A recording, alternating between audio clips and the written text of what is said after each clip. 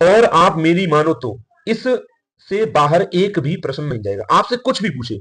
आज की जो क्लास है वो ट्रांसफार्मर से संबंधित प्रत्येक क्वेश्चन का मैं सुपड़ा साफ कर देंगे। आपसे अगर पूछे आपके परिणाम अनुपात क्या होता है, आपसे आपके पूछे गए ट्रांसफार्मर का सिद्धांत क्या है, उपचय ट्रांसफार्मर क्या होता है, उच्चय ट्रांसफार्मर क्या होता है, ट्रांसफार्मर की क्रियाविधि क्या है, सचित्र वर्णन करो, या फिर होने वाली हानि, या कुछ भी पूछे, आपका यहाँ से बाहर नहीं जाएगा। और ट्रांसफार्मर संबंधित न्यूमेरिकल इसी प्रकार के बनेंगे जो पीछे मैंने आपको फॉर्मूले लिखाए हैं। ठीक है, तो राधे राधे सभी बच्चों को जो देश के भविष्य हैं। तो मैंने आपको प्रत्यावर्ती धारा अध्याय से आपको बहुत सारे इंपोर्टेंट न्यूमेरिकल कराए हैं, और मैंने एक वीडियो ये भी बनाई है कि उसमें मैंने आपको प्रत्यावर्ती धारा के इंपोर्टेंट फॉर्मूला कराए हैं। अब मैंने सोचा कि कुछ उसके इंपोर्टेंट टॉपिक करा दूं। जैसा आप देख पा रहे हैं, ट्रांसफार्मर प्रत्यावर्ती धारा की अगर बात की जाए तो सबसे इंपोर्टेंट टॉपिक उसका ट्रांसफार्मर, यानी कि ये कहें तो बोर्ड हर साल इस टॉपिक को देता है। ये आप समझिए मोस्ट इंपोर्टेंट टॉपिक है, जो आपको 5 नंबर दिला के ही जाएगा। तो सबसे पहले मैं बता दूं कि ट्रांसफार्मर को इंग्लिश में ट्रांसफार्मर कहते हैं, और हमारे अध्याय में ट्रांसफार्मर ही लिखा है। फिर भी मैं तुम्हारी जानकारी के लिए बता दूं कि ट्रांसफार्मर को परिवर्तक भी कहते हैं। तो ट्रांसफार्मर आपका प्रत्यावर्ती वोल्टता को बदलने का कार्य करता है। आप ये याद रखेंगे कि ये प्रत्यावर्ती धारा की वोल्टता को बढ़ाता है और घटाता है। तो इसकी सहायता से उच्च धारा की निम्न प्रत्यावर्ती वोल्टता को निम्न धारा की उच्च प्रत्यावर्ती वोल्टता में, तथा निम्न धारा की उच्च प्रत्यावर्ती वोल्टता को उच्च धारा की निम्न प्रत्यावर्ती वोल्टता में बदलते हैं। यानी इस पूरी बात का मतलब यही है कि उच्च वोल्टेज की धारा को निम्न वोल्टेज की धारा में, और निम्न वोल्टेज की धारा को उच्च वोल्टेज की धारा में बदला जाता है। ये आपका ट्रांसफार्मर की परिभाषा है। अगर मैं बात करूं ट्रांसफार्मर के सिद्धांत की, तो इसका जो सिद्धांत है ये इंपॉर्टेंट है, जिसे आपका बोर्ड 1 नंबर में अवश्य पूछता है। 1 नंबर में जो एमसीक्यू प्रश्न बोलते हैं टिक मार का, उनमें आपका बोर्ड इसे जरूर पूछता है। तो सिद्धांत होता है इसका, हम लिखेंगे यह अन्योन्य प्रेरण अन्योन्य प्रेरण के सिद्धांत पर कार्य करता है, के सिद्धांत पर कार्य करता है। प्रत्यावर्ती धारा से जो पीछे वाला अध्याय है वो है आपका विद्युत चुम्बकीय प्रेरण, और उसमें पढ़ाया जाता है आपको एक तो स्वप्रेरण गुणांक और एक अन्योन्य प्रेरण गुणांक। तो उसमें जो अन्योन्य प्रेरण है उसी की घटना पर आधारित है आपका ट्रांसफार्मर। इसे आप एम से व्यक्त कर सकते हैं, एम से। तो ट्रांसफार्मर की क्रिया विधि के आधार पर आपने देखा ही है कि मैंने बताया कि ट्रांसफार्मर निम्न विभव को उच्च विभव में तथा उच्च विभव को निम्न विभव में बदलता है। तो ये काम एक ट्रांसफार्मर नहीं कर पाता है। तो इस प्रकार ट्रांसफार्मर दो प्रकार के होते हैं। यानी एक ट्रांसफार्मर वो है जो उच्च विभव को निम्न विभव में बदलता है, और जो निम्न विभव को उच्च विभव में बदलता है। तो इस प्रकार ट्रांसफार्मर दो प्रकार के होते हैं। तो हम यहाँ लिखेंगे ट्रांसफार्मर ट्रांसफार्मर दो प्रकार के होते हैं, दो प्रकार के होते हैं। तो जिसमें सबसे पहला है आपका, मैं लिखता हूं पहले ऊंचाई ट्रांसफार्मर। ऊंचाई ट्रांसफार्मर ऊंचाई ट्रांसफार्मर को आप इंग्लिश में बोल सकते हो स्टेप अप ट्रांसफार्मर।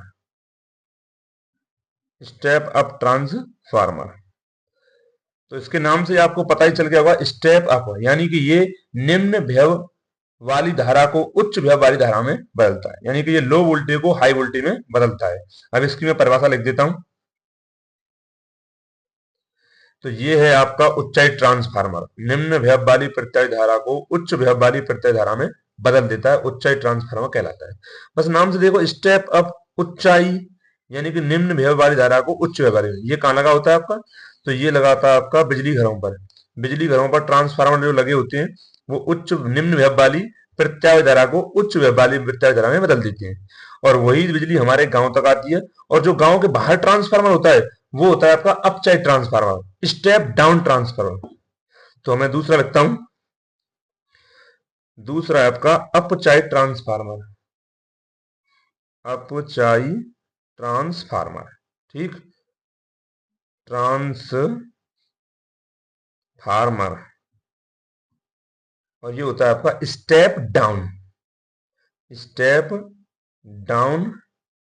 ट्रांसफार्मर। ये होता है आपका स्टेप डाउन। तो ये है आपका अपचाई ट्रांसफार्मर। परिभाषा देखो, उच्च विभव वाली प्रत्यावर्ती धारा को निम्न विभव वाली प्रत्यावर्ती धारा में बदल देता है। तो ये आपके गांव के बाहर लगा होता है, जो 11,000 वोल्टेज की जो लाइन आती है ना प्रत्यावर्ती धारा, उसे यह 220 वोल्टेज वाली प्रत्यावर्ती धारा में बदल देता है। और 220 वोल्टेज वाली प्रत्यावर्ती धारा हमारे घरों में आती है, और ये बिजली घरों पर लगा होता है, पावर स्टेशनों पर। तो ये क्या काम करता है, ये निम्न विभव वाली प्रत्यावर्ती धारा को उच्च विभव वाली प्रत्यावर्ती धारा में बदल देता है। इसीलिए इसका नाम है स्टेप अप, ऊंचाई।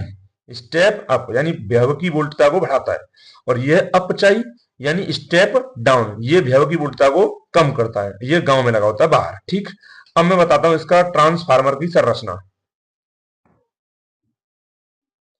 तो ये आपकी ट्रांसफार्मर की संरचना है। इसमें आप देख रहे हैं ये कुछ प्लेटें हैं जो आयताकार हैं, जो बीच में से खोखली है। ये एक के ऊपर एक रखकर बनाई गई है, और इसकी एक तरफ कुछ फेरों के, तांबे के तारों को फेरों के लपेट कर बनाया जाता है, और इधर भी कुछ तांबे के तारों को लपेट कर एक कुंडली इधर बनाई जाती है। तो जो इधर वाली कुंडली है इसे हम प्राथमिक कुंडली कहते हैं, और जो इधर वाली कुंडली है इसे द्वितीयक कुंडली कहते हैं। प्राथमिक कुंडली से हम इधर से किसी अन्य वोल्टेज की धारा इधर से हम भेजते हैं, और फिर ये ट्रांसफार्मर उस धारा को या निम्न वोल्टेज की भेजेंगे तो उच्च वोल्टेज में बदल देता है, और उच्च वोल्टेज की भेजेंगे तो उसे निम्न वोल्टेज में बदल देता है। वो हम देखेंगे नीचे के, अभी इसकी क्रियाविधि लिखाऊंगा मैं, इसकी संरचना के बारे में लिखाऊंगा, ये कौन सा ट्रांसफार्मर है, कौन सा ट्रांसफार्मर कम फेरे होते हैं, कौन सा ज्यादा फेरे होते हैं।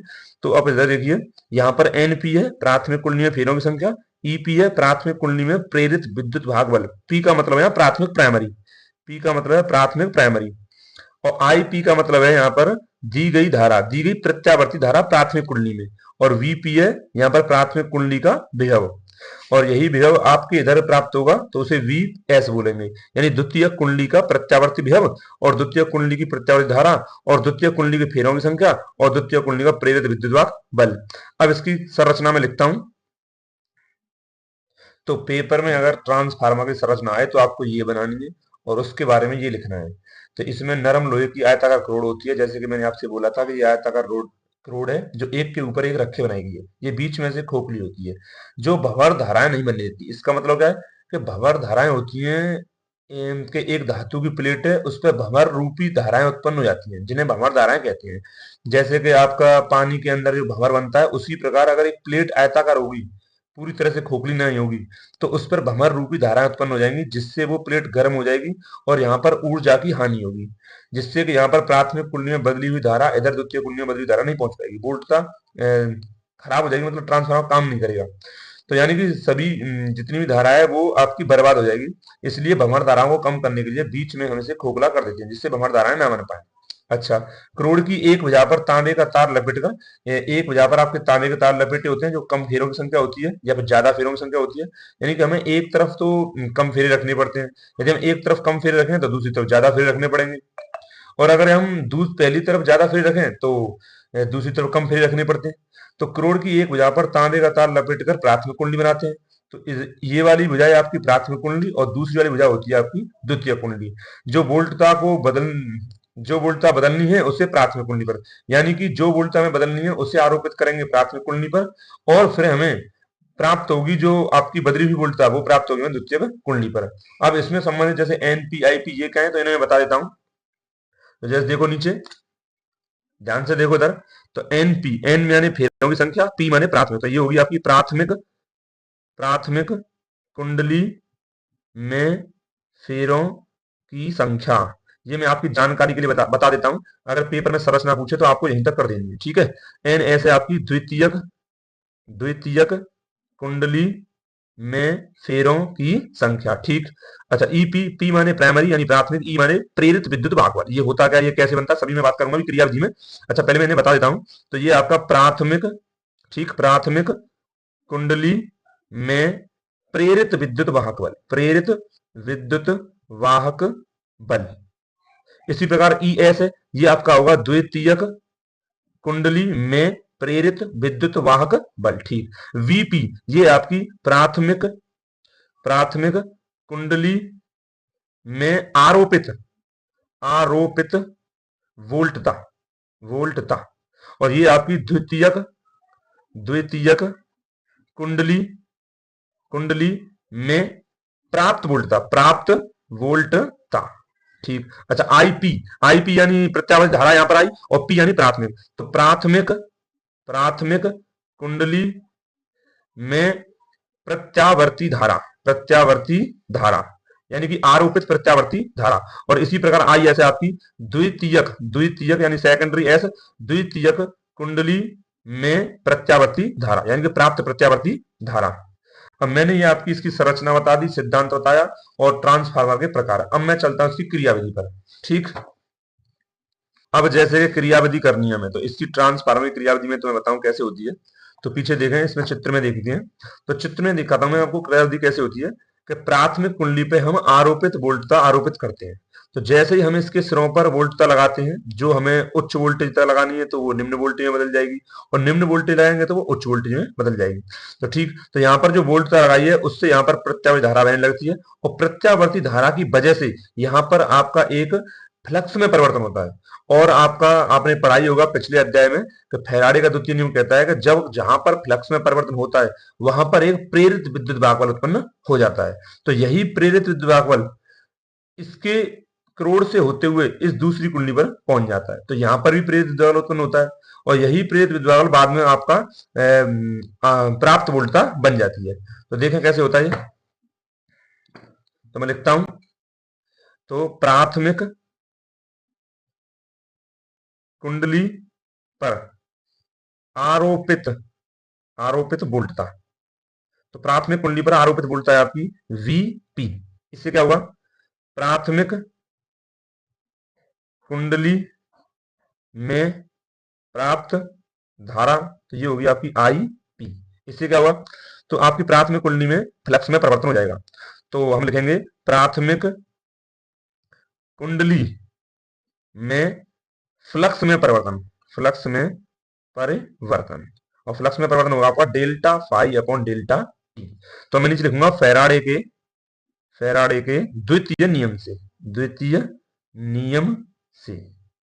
तो द्वितीय नियम कहता है कि जब कहीं फ्लक्स में परिवर्तन होता है तो वहां पर एक विद्युत वाहक उत्पन्न होता है जिसे हम प्रेरित विद्युत वाहक कहते हैं। और आपने फैराडे का द्वितीय नियम पढ़ाई होगा कि प्राथमिक कुंडली का आपका प्रेरित विद्युत ईपी बराबर होगा आपका माइनस के एन पी, प्राथमिक कुंडली में फेरों की संख्या, और डेल्टा फाइव बट्टे डेल्टा टी। ये आपका प्राथमिक कुंडली में प्रेरित विद्युत बल, समीकरण नंबर 1। अच्छा, यदि क्रोड़ का प्रतिरोध, क्या लिखें, यदि क्रोड़ का प्रतिरोध नगण्य हो तथा ऊर्जा में कोई हानि ना हो, ऊर्जा में कोई हानि ना हो, तो यही यही चुंबकीय फ्लक्स, यही चुंबकीय फ्लक्स का परिवर्तन आपका दूसरी कुंडली में भी पहुंच जाएगा। यही चुंबकीय फ्लक्स में परिवर्तन आपका दूसरी कुंडली में भी पहुंच जाएगा। तब तब हम लिखेंगे फैराडे के द्वितीय नियम से, द्वितीय नियम से। तो ये होगा आपका ई एस बराबर माइनस एन एस और delta phi upon delta T. यही फ्लक्स पहुंच जाएगा आपका द्वितीय कुंडली पर, और ये है आपका समीकरण नंबर 2। ठीक, अब मैं क्या करता हूं, समीकरण 1 बराबर समीकरण 2 बराबर कर देते हैं। तो समीकरण 1 व 2 से, तो समीकरण 1 व 2 से हमें प्राप्त होगा ईपी, क्या होगा, ईपी अपॉन ई एस बराबर N P upon N S. या माइनस, ये माइनस कट जाएंगे, और आपका इधर delta phi upon delta T, और नीचे भी delta phi upon delta T, और इनसे ये कट जाएंगे। तो यहां बचेगा E P upon E S बराबर N P upon N S. तो ये हमें प्राप्त होगा। अच्छा, यहां मैं लिख देता हूं समीकरण 1 व 2 को भाग करने पर, ठीक है, भाग करने पर, क्योंकि हमने यहां पर दोनों समीकरणों का भाग किया है, जब हमें प्राप्त हुआ है ईपी अपॉन ई एस बराबर N P upon N S. अच्छा, अब जो यही ईपी है, यही ईपी होगा आपके वीपी के बराबर, और यही ईएस होगा आपका वीएस के बराबर। तो इस प्रकार एक फॉर्मूला और बनेगा आपका, तो वो होगा आपका ई पी अपॉन ई एस, और यही ईपी बराबर है आपके वीपी के, और यही ईएस बराबर है वीएस के, और ये बराबर है आपका एनपी अपॉन एनएस के। तो ये भी बराबर हो जाएगा एनपी अपॉन एन एस के। ठीक, तो ये हो गया आपका ईपी अपॉन ईएस बराबर वीपी अपॉन वीएस बराबर एनपी अपॉन एनएस। अब ये जो सभी बराबर में लिखे हैं तो ये आपके एक नियतांक के बराबर होते हैं, उस नियतांक को हम आर बोलते हैं। तो इसे मैं लिख देता हूं, तो E P upon E S बराबर V P upon V S बराबर N P upon N S, और ये सब बराबर है आर के। तो यहां पर आर क्या है, तो आर है आपका ट्रांसफार्मर नियतांक। तो ये आपका ट्रांसफार्मर नियतांक, ट्रांसफॉर्मर नियतांक, नियतांक। और इसका दूसरा नाम जो है वो इंपोर्टेंट है, ये इंपोर्टेंट है, ये एक बार पेपर में पूछा जा चुका है कि आपका परिढमन अनुपात क्या होता है। तो ये आर ना, इसे ही आपका परिढमन अनुपात कहते हैं, परिढमन अनुपात इसे ही कहते हैं, ठीक है। परिढमन अनुपात कहते हैं इस आर को, ठीक। इस आर को आपको कहते हैं आपके परिढमन अनुपात। तो यहाँ पर ईपी अपॉन ईएस, ईपी आपको पता है, ईपी यानी प्राथमिक कुंडली में प्रेरित विद्युत बल, और ईएस यानी द्वितीय कुंडली में प्रेरित विद्युत बल। तो वीपी वीएस एनपी एनएस ये आपको सब पता है, ये सभी बराबर होते हैं आर के, इसे हम परिढमन अनुपात कहते हैं। अब आगे देखो समीकरण 4 से, समीकरण सॉरी 3 से। तो समीकरण 3 कौन सा है, तो जो अभी मैंने पीछे समीकरण कराया आपका ये वाला, ये आपका समीकरण 3 है। इससे मैं आपको एक इंटरेस्टिंग चीज बताऊंगा। तो देखें, तो समीकरण 3 से, समीकरण 3 में अभी जो आया है वी एस अपॉन वीपी, और जो बराबर है आपके N S upon N P के। यानी हमें यहां से एक बात पता चली कि जो आपका व्यय है वो अनुक्रमानुपाती है फेरों की संख्या के। तो इसे मैं दो भागों में बांट देता हूं, इसी बात को मैं दो भागों में बांट देता हूं। अच्छा, अगर मैं पूछूं कि उच्चाई ट्रांसफार्मर जो होता है उसमें प्राथमिक कुंडली में फेरों की संख्या ज्यादा होती है या कम होती है, या फिर अपचय ट्रांसफार्मर में फेरों की संख्या ज्यादा होती है कम होती है, तो इसे आप कैसे बताएंगे। तो मैं क्या करता हूं, इधर लिखता हूं उच्चाई ट्रांसफार्मर के बारे में, उच्चाई ट्रांसफार्मर। तो उच्चाई ट्रांसफार्मर के हमें पता है क्या होता है कि इसमें आपका निम्न भैव को उच्च भैव में बदलता है। यानी कि प्राथमिक कुंडली का जो भैव है वो द्वितीय कुंडली के भैव से, प्राथमिक कुंडली का भैव वीपी वो द्वितीय कुंडली के भैव से कम होता है। यानी उच्चाई ट्रांसफार्मर स्टेप अप ट्रांसफार्मर होता है जो निम्न भैव को उच्च भैव में बदलता है। यानी कि प्राथमिक कुंडली का भैव द्वितीय कुंडली के भैव से कम होता है, ये निम्न भैव है, ये उच्च भैव है। तो हमें पता है यहाँ पर जो वी है भैव वो फेरों की संख्या के अनुक्रमानुपाती है। तो उच्चाई ट्रांसफार्मर में क्या होगा कि जो प्राथमिक कुंडली में फेरों की संख्या है वो कम होगी द्वितीय कुंडली में फेरों की संख्या से जी। तो अगर आपको उच्चाई ट्रांसफार्मर या अपचाई ट्रांसफार्मर पहचानना हो तो इस तरीके से पहचानेंगे। यानी कि प्राथमिक कुंडली में अगर फेरों की संख्या कम है और द्वितीय कुंडली में फेरों की संख्या ज्यादा है तो वो उच्चाई ट्रांसफार्मर है। जैसे कि मैं एक चित्र में देता हूं, तो अगर प्राथमिक कुंडली में आपके फेरों की संख्या, ये प्राथमिक कुंडली में फेरों की संख्या है 1 2 3 4, अच्छा ये बीच में करोड़ है लोहे की, और फिर नीचे दूसरी आपकी द्वितीय कुंडली है जिसमें फेरों की संख्या ज्यादा है 1 2 3 4 5 6 7, मैं 7 कर देता हूं। तो प्राथमिक कुंडली में फेरों की संख्या 4 और द्वितीय कुंडली में फेरों की संख्या 7, तो यानी ये कौन सा ट्रांसफार्मर है, उच्चाई ट्रांसफार्मर। उच्चाई ट्रांसफार्मर में प्राथमिक कुंडली में फेरों की संख्या कम होती है और द्वितीय कुंडली में फेरों की संख्या ज्यादा होती है।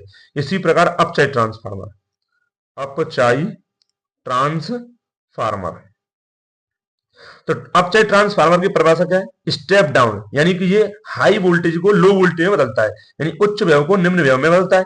तो यानी कि इसमें जो प्राथमिक कुंडली में जो आरोपित वोल्टेज करते हैं वो आपका इसमें अधिक होता है, हाई वोल्टेज होता है। यानी कि इसमें प्राथमिक कुंडली का व्यव ज्यादा होता है द्वितीय कुंडली के व्यव से। और अभी मैंने बताया कि व्यव फेरों की संख्या के अनुक्रमानुपाती है। तो यहां पर प्राथमिक कुंडली का व्यव अधिक है तो प्राथमिक कुंडलियों की फेरों की संख्या भी अधिक होगी, किससे, द्वितीय कुंडली के फेरों की संख्या से, द्वितीय कुंडली के फेरों की संख्या से। तो ये उच्चाई ट्रांसफार्मर है जो लो वोल्टेज को हाई वोल्टेज में बदलता है। तो इस प्रकार इसमें आपके प्राथमिक कुंडली में फेरों की संख्या कम और द्वितीय कुंडली में फेरों की संख्या ज्यादा। लेकिन अपचाई ट्रांसफार्मर हाई वोल्टेज को लो वोल्टेज में बदलता है, तो इसलिए इसमें प्राथमिक कुंडली में फेरों की संख्या ज्यादा और आपकी द्वितीय कुंडली में फेरों की संख्या कम।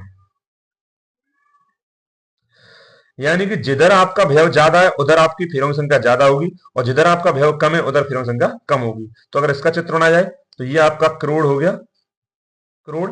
अगर मैं ऊपर प्राथमिक कुंडली बनाऊं तो प्राथमिक कुंडली में इसमें फेरों की संख्या ज्यादा है, 1 2 3 4 5 6 7, ये प्राथमिक कुंडली बना दी मैंने, ये प्राइमरी प्राथमिक कुंडली है।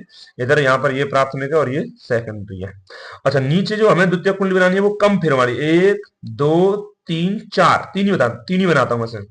तो आपने अंतर देखा, उच्चाई ट्रांसफार्मर क्या करता है, निम्न भैरव को उच्च भैरव में। तो इसलिए मैंने इसमें प्राथमिक कुंडली में कम फेरे रखे, क्योंकि कम भैरव होता है प्राथमिक कुंडली में, और द्वितीय कुंडली में फेरे ज्यादा रखे, क्योंकि ज्यादा भैरव प्राप्त होना है।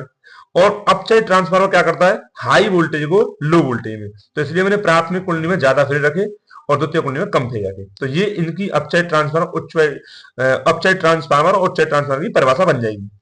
जैसे एक परिभाषा तो उच्चायी ट्रांसफार्मर की ये होती है कि यह निम्न भैरव को उच्च भैरव में बदलता है, उच्चाई यानी स्टेप अप। और अपचाई की ये होती है कि यह उच्च भैरव को निम्न भैरव में बदलता है।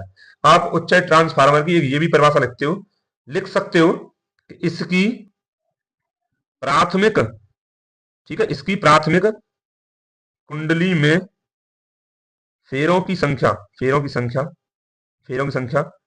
कैसे देखो, फेरों की संख्या कम तथा द्वितीयक कुंडली में फेरों की संख्या अधिक होती है। इधर आप लिख सकते हो इसकी प्राथमिक कुंडली में, इधर कम है प्राथमिक कुंडली में फेरों की संख्या, इधर ज्यादा। इसकी प्राथमिक कुंडली में फेरों की संख्या अधिक तथा द्वितीयक कुंडली में फेरों की संख्या कम होती है। तो ये आपकी ट्रांसफार्मर की क्रियाविधि है। तो अब तक मैंने आपको ट्रांसफार्मर की परिभाषा पढ़ाई, ट्रांसफार्मर का सिद्धांत, और ट्रांसफार्मर कितने प्रकार के होते हैं, और ट्रांसफार्मर की संरचना, और ट्रांसफार्मर की क्रियाविधि। अच्छा, अगर मैं आपसे प्रश्न पूछूं तो आप बता सकते हैं ये कौन सा ट्रांसफार्मर है? इसे देख के बताइए कौन सा ट्रांसफार्मर का चित्र बनाया मैंने। तो आप देखो इसमें प्राथमिक कुंडली में फेरों की संख्या कितनी है, 1 2 3, और द्वितीय कुंडली में फेरों की संख्या 1 2 3 4, यानी कि द्वितीय कुंडली में फेरों की संख्या ज्यादा है और प्राथमिक कुंडली में कम है। यानी कंडीशन क्या बनेगी इसमें, एन पी कम और एन एस से, यानी प्राथमिक कुंडली में फेरों की संख्या कम और द्वितीय कुंडली में फेरों की संख्या ज्यादा, यानी प्राथमिक कुंडली का भैरव कम, द्वितीय कुंडली का भैरव ज्यादा। तो कम वोल्टेज से ज्यादा वोल्टेज कौन सा करता है, उच्चाई ट्रांसफार्मर। तो ये चित्र बनाया है, ये आपका उच्चाई ट्रांसफार्मर का है, ध्यान रखेंगे ना, ये उच्चाई ट्रांसफार्मर का। हाँ भाई, ध्यान रखेगा ना, उच्चाई ट्रांसफार्मर क्या बताया मैंने, उच्चाई ट्रांसफार्मर कम फेरे कम भैरव, ज्यादा फेरे ज्यादा भैरव। तो उच्चाई में यही तो होता है, निम्न भैरव से उच्च भैरव, ठीक है। अच्छा, आगे मैं एक बताऊंगा आपको, आदर्श ट्रांसफार्मर, ठीक, ये बताता हूं तुमको, आदर्श ट्रांसफार्मर,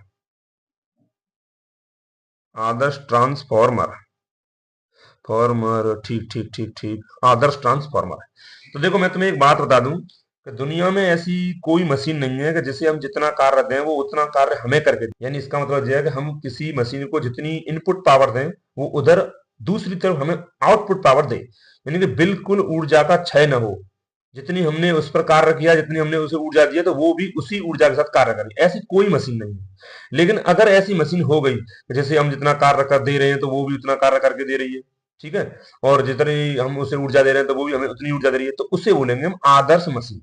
तो इसी प्रकार आदर्श ट्रांसफार्मर क्या होता है, यानी कि एक ऐसा ट्रांसफार्मर जिसे हम जितने वोल्टता की धारा दें वो बिना ऊर्जा क्षय के उतनी ही वोल्टता की धारा में प्राप्त करे, ठीक है, यानी कि बिल्कुल ऊर्जा क्षय ना हो। तो हम लिख सकते हैं कि बिना ऊर्जा क्षय किए अपना कार्य करे, तो उसे बोलते हैं हम आदर्श ट्रांसफार्मर। यानी कि मैंने उसमें आपकी पावर यानी कि उसमें मैंने निवेशी शक्ति। तो दूसरी तरफ मुझे जो पावर मिले, जो कार्य मिले, जो मुझे ऊर्जा मिले वो उतनी ही मिले, यानी आउटपुट पावर यानी कि निर्गत शक्ति। जब आगत शक्ति यानी निवेश शक्ति और निर्गत शक्ति दोनों बराबर होती हैं तब हम कहते हैं कि वो आदर्श ट्रांसफार्मर है। तो अगर हम एक ट्रांसफार्मर को आदर्श ट्रांसफार्मर मान लें तो पी निवेशी शक्ति यानी पी बराबर हो गया आपकी पी एस, यानी प्राथमिक कुंडली की शक्ति बराबर द्वितीय कुंडली की शक्ति। ये कंडीशन तब मानी जाएगी जब एक आदर्श ट्रांसफार्मर होगा। तो यहां पर आपको शक्ति का फॉर्मूला पता ही है, शक्ति बराबर होती है आपकी वी पी आई पी, और इधर द्वितीय कुंडली की शक्ति VSIS। तो अगर मैं इसे एक तरफ V और एक तरफ I करूं तो क्या होगा, VP अपॉन VS बराबर IP upon IS upon IP। ठीक, तो एक संबंध हमें यहां से और प्राप्त होता है। तो इस प्रकार एक मैं बड़ा फॉर्मूला लिखता हूं जो इन सभी को एक ही फॉर्मूले में मिला देगा। जैसे VP अपॉन VS अभी हमने पीछे पढ़ा है कि NP अपॉन NS के बराबर होता है, और यहां पर VP अपॉन VS बराबर है IS अपॉन IP के। ये हमने पीछे पढ़ा हुआ है, हम जानते हैं। तो अगर मैं इन दोनों फॉर्मूला को मिलाऊं तो ये हो जाएगा आपका IS अपॉन IP और बराबर NP अपॉन NS। तो यहां से आपको पता चल रहा है ना, प्राथमिक कुंडली में फेरों की संख्या और इधर सामने उसके सामने क्या है, द्वितीय कुंडली में प्राप्त धारा। यानी कि द्वितीय कुंडली में प्राप्त धारा और द्वितीय कुंडली की फेरों की संख्या कैसे है, व्युत्क्रमानुपाती। यानी कि फेरों की संख्या व्युत्क्रमानुपाती होती है धारा की, ये बात आप ध्यान रखें। द्वितीय कुंडली में या प्राथमिक कुंडली में किसी में आपकी प्राप्त धारा होगी वो व्युत्क्रमानुपाती होगी। यानी इस बात का मतलब ये है कि जिधर फेरों की संख्या ज्यादा होगी उधर आपकी प्रत्यावर्ती कम होगी, और जिधर फेरों की संख्या कम होगी उधर प्रत्यावर्ती धारा ज्यादा होगी, ठीक। अब हम पढ़ेंगे ट्रांसफार्मर की दक्षता। इंग्लिश में से कहते हैं आपकी इफिशियंसी, इसलिए दक्षता को हम व्यक्त करते हैं ई से। तो एक बात मैं तुम्हें बता दूं कि जो ट्रांसफार्मर की दक्षता होती है वो उसकी ट्रांसफार्मर की ताकत होती है। यानी कौन सा ट्रांसफार्मर कितना अच्छा कार्य कर रहा है वो हम देखते हैं दक्षता से, ठीक है। यानी कि अगर किसी ट्रांसफार्मर की 100% दक्षता है तो वो सबसे अच्छा ट्रांसफार्मर है, और उसे हम आदर्श ट्रांसफार्मर कहते हैं। यानी कि यहां हम लिख सकते हैं जो मैंने पीछे पढ़ाया आदर्श ट्रांसफार्मर, ऐसा ट्रांस ठीक है, ऐसा ट्रांसफार्मर जिसकी दक्षता 100% हो। और 100% दक्षता किसी भी मशीन की नहीं है, ट्रांसफार्मर हो चाहे कोई फ्रिज हो चाहे कोई भी मशीन हो, किसी भी की दक्षता 100% नहीं है, पर हम उन मशीनों को आदर्श नाम लगा के कहते हैं। तो आदर्श ट्रांसफार्मर की परिभाषा आए तो हम लिख सकते हैं ऐसा ट्रांसफार्मर जिसकी दक्षता 100% हो, ठीक है।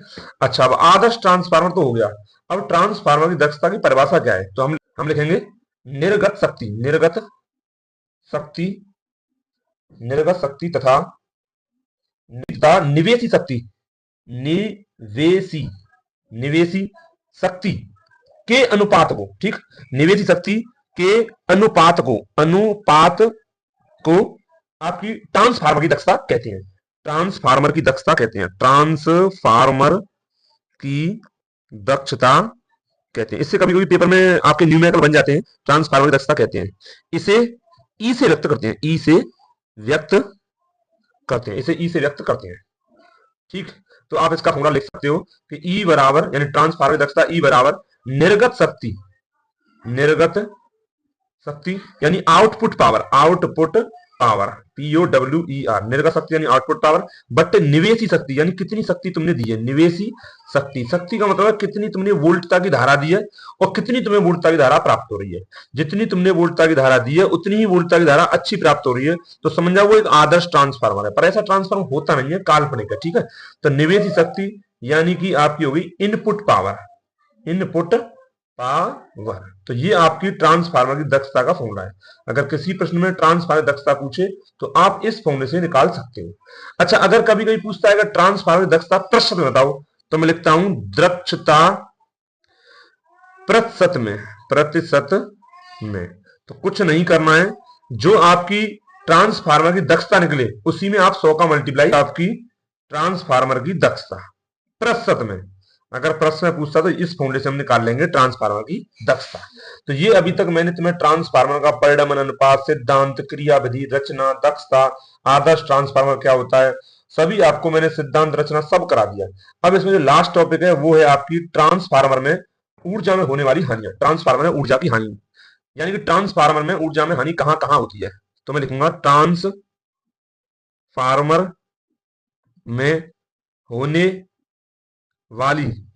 में होने वाली हानियां, या हम इसे यह कह सकते हैं ऊर्जा में होने वाली हानियां। तो मैंने तुमसे पहले ही कहा कि कोई भी ट्रांसफार्मर आदर्श ट्रांसफार्मर नहीं है, कहीं ना कहीं उसमें ऊर्जा का लॉस पक्का होगा। ध्वनि में हो जाएगा, या फिर कहीं स्पार्किंग हो गई वहां हो जाएगा, तो कुछ ना कुछ ऊर्जा वेस्ट हो जाती है। इसलिए वो ट्रांसफार्मर की दक्षता 100% नहीं हो पाती है, 98%, 95% हो पाती है। यानी कि हम किसी ट्रांसफार्मर को 100 कार्य रख रहे हैं, वो 95 कर रहा है, तो उसकी दक्षता 95% हो गई। ठीक है, यानी हम किसी ट्रांसफार्मर को 100 कार्य रख रहे हैं, 100 करे तो उसकी दक्षता 100% होगी, पर ऐसा होगा नहीं ना कहीं जितनी ऊर्जा दी है उसमें से कुछ ऊर्जा खर्च हो जाएगी स्पार्किंग में, या फिर भंवर धाराओं में। वैसे भंवर धारा बनती तो नहीं है, फिर भी अगर भंवर धारा बन जाए भंवर धाराओं में या स्पार्क में, या फिर आपकी उसमें जो ट्रांसफार्मर से ध्वनि निकलती है उसमें कहीं ना कहीं ऊर्जा खर्च हो जाती है। तो ट्रांसफार्मर में होने वाली हानियां, ऊर्जा में होने वाली हानियां। तो नंबर एक बात करते हैं हम। तो नंबर एक जो आपकी ऊर्जा में हानि होती है वो होती है ताम्रिक हानि। इसे कहते हैं हम ताम्रिक हानि। तो ये क्या होती है? तो ताम्रिक हानि कुंडलियों के प्रतिरोध में। तो जैसे मैंने आपको ट्रांसफार्मर की संरचना पढ़ाई थी, जैसे पीछे देखो ट्रांसफार्मर की संरचना। तो यहाँ पर ट्रांसफार्मर की संरचना में ये जो तार लपेटे हुए हैं ये तांबे के तार हैं, और तांबे का तार हो या किसी का भी तार हो उसका कुछ ना कुछ प्रतिरोध अवश्य होता है। तो यहाँ पर जो कुंडलियों में जो तार प्रयोग किया जाता है उस तार का कुछ ना कुछ प्रतिरोध होता है, और प्रतिरोध के कारण जो कुछ ऊर्जा होती है वो ऊष्मा के रूप में खर्च हो जाती है। तो एक तो ऊर्जा की आपकी हानियां होती है, इसलिए इस हानि को हम कहते हैं ताम्रिक हानि। अब दूसरी आपकी लोह हानि। तो लोह हानि कैसे होती है कि जो ट्रांसफार्मर में आपकी लोहे की क्रोड प्रयोग की जाती है, लोहे की क्रोड, जैसे यहाँ पर देखो लोहे की जो क्रोड प्रयोग की जाती है, यहाँ पर ये लोहे की क्रोड, इस लोहे की क्रोड में भंवर धाराएं उत्पन्न हो जाती हैं। कोशिश तो ये की जाती है भंवर धारा उत्पन्न ना हो, फिर भी थोड़ी बहुत भंवर धाराएं उत्पन्न हो जाती हैं, जिसकी वजह से ऊष्मा के रूप में ऊर्जा खर्च हो जाती है। तो इसे मैं लिख देता हूं। दूसरी आपकी लोह हानि।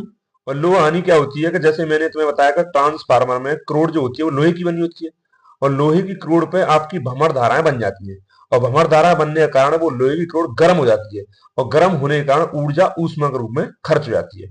तो इस प्रकार जो ऊर्जा में जो हानि होती है या ऊर्जा खर्च होती है बाहर, उससे आप लोह हानि कहते हैं। देखो होता क्या है कि अगर आपकी क्रोड जो लोहे की क्रोड है वो ऐसी है इस प्रकार, तो जो धारा है ना उसमें भंवर के रूप में इस प्रकार बनती है यूं करके। तो ये धारा की वजह से पूरी प्लेट है ये गर्म पड़ जाती है, और गर्म पड़ने की वजह से जो आपकी ऊर्जा है वो ऊष्मा के रूप में खर्च होती है।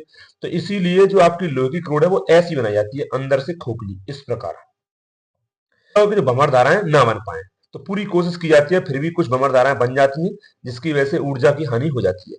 तीसरी आपकी शैथिल्य हानि। शैथिल्य हानि में क्या होता है कि जो आपकी जो क्रोड होती है लोहे की, उसी में दिक्कत आती है शैथिल्य हानि में भी। तो शैथिल्य हानि में जो लोहे की क्रोड होती है वो प्रत्यावर्ती धारा के कारण बार बार चुंबकित होती है और बार बार अचुंबकित होती है। तो चुंबकित और अचुंबकित होने के कारण उसमें घर्षण पैदा हो जाता है, और घर्षण के कारण वहां भी आपकी ऊर्जा ऊष्मा के रूप में खर्च हो जाती है। तो इसे मैं लिख देता हूं। तो इस प्रकार होती है शैथिल्य हानि कि क्रोड प्रत्यावर्ती धारा के कारण बार बार चुंबकित होती है और बार बार अचुंबकित होती है, जिससे कि जो घर्षण उत्पन्न हो जाता है, क्रोड क्रोड के बीच में जो एक के ऊपर एक पट लिख करके क्रोड रखी जाती है ना, तो उसके बीच में घर्षण उत्पन्न हो जाता है, और घर्षण से आपकी जो आपकी ऊर्जा है वो ऊष्मा के रूप में उत्पन्न हो जाती है। ऊष्मा उत्पन्न होने से वो ऊर्जा नष्ट हो जाती है। तो ये शैथिल्य हानि होती है। चौथी आपकी चुंबकीय क्षरण। तो ये मैं लिख देता हूँ फिर समझाता हूँ। तो फोर्थ है आपकी लास्ट चुंबकीय क्षरण। तो इसमें क्या होता है कि प्राथमिक कुंडली में जो उत्पन्न चुंबकीय फ्लक्स होता है, तो मैंने तुम्हें पीछे बताया ट्रांसफार्मर की संरचना में कि हम क्या करते हैं कि इधर प्रत्यावर्ती धारा से कि इस प्राथमिक कुंडली में चुंबकीय फ्लक्स में परिवर्तन करते हैं, और यही चुंबकीय फ्लक्स आपका इधर इसी कुंडली से होता हुआ दूसरी कुंडली में पहुंच जाता है। तो इसलिए यहाँ पर जो प्राथमिक कुंडली का जो फ्लक्स में परिवर्तन होता है वो द्वितीय कुंडली के फ्लक्स के परिवर्तन के बराबर होता है। पर ऐसा हम मानते हैं, ऐसा हम करते हैं क्योंकि हमारी जो डेरिवेशन है वो हो जाए।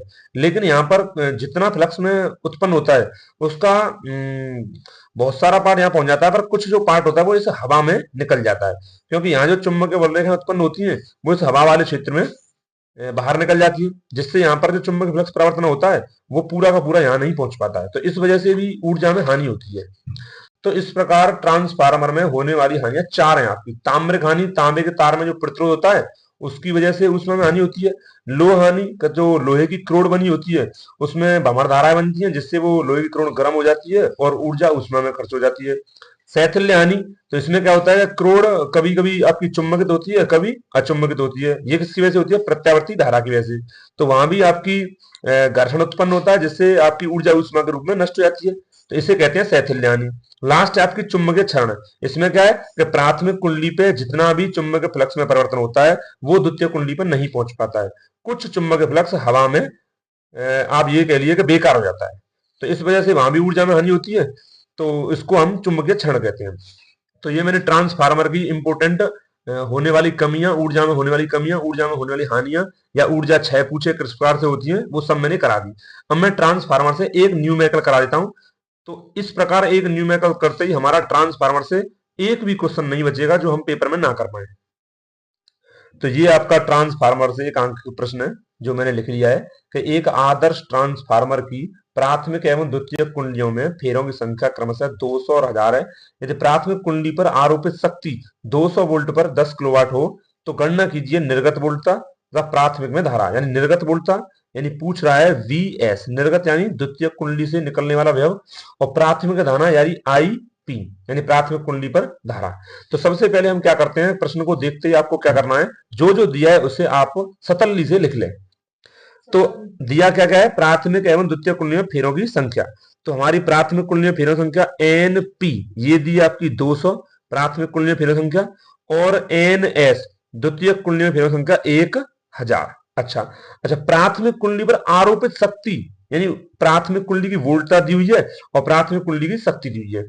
तो प्राथमिक कुंडली की वोल्टता हो गई वी पी, ये आपकी 200 वोल्ट, और प्राथमिक कुंडली पर जो आरोपित शक्ति है वो भी दी हुई है। तो प्राथमिक कुंडली की शक्ति होगी पी पी, ये आपकी 10 किलो वाट, और 10 किलो वाट को वाट में बदलेंगे तो 10 गुणा 1000 का इसमें गुणा कर देंगे तो ये हो जाएगी आपकी 10,000 यानी 10 की पावर 4 वॉट। ठीक, इतना हमें कुछ दिया हुआ है। अब हमें निकालना क्या है, निर्गत वोल्टता। तो पहले हम वी एस निकालते हैं।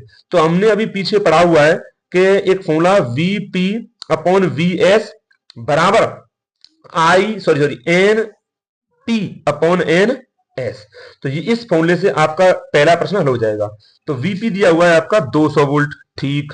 वीएस आपका पूछा है, ठीक। और एनपी यानी प्राथमिक कुंडली में फेरों संख्या 200, द्वितीय कुंडली में फेरों संख्या 1000। तो आपके 200 से 200 कट गया और आपका द्वितीय कुंडली का व्यय आ गया वीएस बराबर 1000 वोल्ट। सिंपल, ठीक। तो ये आपका पहला प्रश्न हल हो गया इसमें। अच्छा, दूसरा प्रश्न है इसमें प्राथमिक कुंडली में धारा। प्राथमिक कुंडली में धारा यानी अब दूसरे प्रश्न में पूछा हुआ है हमसे आईपी। तो आईपी पूछी हुई है तो हम क्या करेंगे, हमें एक चीज दी हुई है शक्ति, यानी कि प्राथमिक कुंडली की शक्ति दी हुई है। फिर क्या हो गया, तो प्राथमिक कुंडली की शक्ति दी हुई है, हमें लिखते हैं प्राथमिक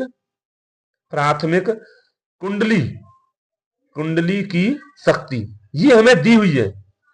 तो ये आपकी पीपी ये शक्ति दी हुई है, और प्राथमिक कुंडली की शक्ति पीपी इसका फॉर्मूला होता है आपका वीपी इंटू आई पी, यानी प्राथमिक कुंडली का व्यय और प्राथमिक कुंडली की धारा, ये हमें निकालनी है। तो मैं क्या करता हूं, इसे एक तरफ ले लेता हूं, आई पी बराबर पीपी अपॉन वीपी।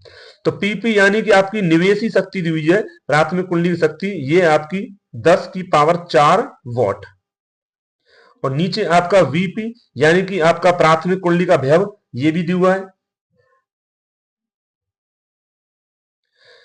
यानी कि प्राथमिक कुंडली का व्यय वीपी। प्राथमिक कुंडली का व्यय कहां है, बताओ बताओ बताओ। तो प्राथमिक कुंडली का व्यय आपका कहां है, तो वीपी 200 वोल्ट ये दिया हुआ है। तो 200 हम यहां रखेंगे नीचे। अब 200 से 10 का 4 काटो तो आई पी बराबर 10 का 4 हो गया 10,000, 10,000 और नीचे 200। तो 2 जीरो से 2 जीरो उड़ गई और 2 से 100 कट गया 50। तो ये हो गया आपका आईपी बराबर 50 एम्पियर। तो दोनों प्रश्नों के आंसर आ गए। तो इस प्रकार ट्रांसफार्मर से प्रश्न बनते हैं जिन्हें आप कर सकते हैं, ठीक है। और भी क्वेश्चन बनते हैं आपके ट्रांसफार्मर से, तो सब इसी प्रकार से होंगे जो मैंने पीछे फॉर्मूला लिखाए हैं। दक्षता वाला लग जाएगा आपका कोई फॉर्मूला कभी कभी, या फिर कभी कभी आपको फेरों की संख्या पूछेगा प्राथमिक में, द्वितीय में, कभी कभी धारा पूछेगा। तो इस प्रकार आज हमने ट्रांसफार्मर से संबंधित सभी प्रश्न किए। कोई भी प्रश्न किसी भी अध्याय से संबंधित हो और आपको कहीं नहीं मिल रहा है यूट्यूब पे, या ना कोई टीचर बता पा रहा है, तो आप मेरे इस व्हाट्सएप नंबर पे मुझे कमेंट कर सकते हैं। मैं आपको व्हाट्सएप नंबर पर सॉल्यूशन भेजूंगा या उसकी मैं वीडियो बना के यूट्यूब पे अपलोड कर दूंगा। बेझिझक होकर आप मुझसे प्रश्न किसी फिजिक्स का हो या केमिस्ट्री का हो, किसी का भी पूछ सकते हैं। यदि आपको ये वीडियो थोड़ी सी भी आवश्यक लगी हो तो प्लीज सब्सक्राइब कर दें। सब्सक्राइब करने के पैसे तो लगते नहीं है, आप अगर सब्सक्राइब करेंगे तो हमें मोटिवेशन मिलेगा, तो हम आगे भी मेहनत करेंगे। और कैमरे के पीछे कोई आदमी कितनी मेहनत करता है आप उसे नहीं समझ पाएंगे, आप तो वीडियो देख के चले जाएंगे। तो प्लीज लाइक करें, कमेंट करें, सब्सक्राइब करें और शेयर करें, जिससे हमें मोटिवेशन मिले। आपको वो जो लाल बटन है सब्सक्राइब, वो दबा देनी है।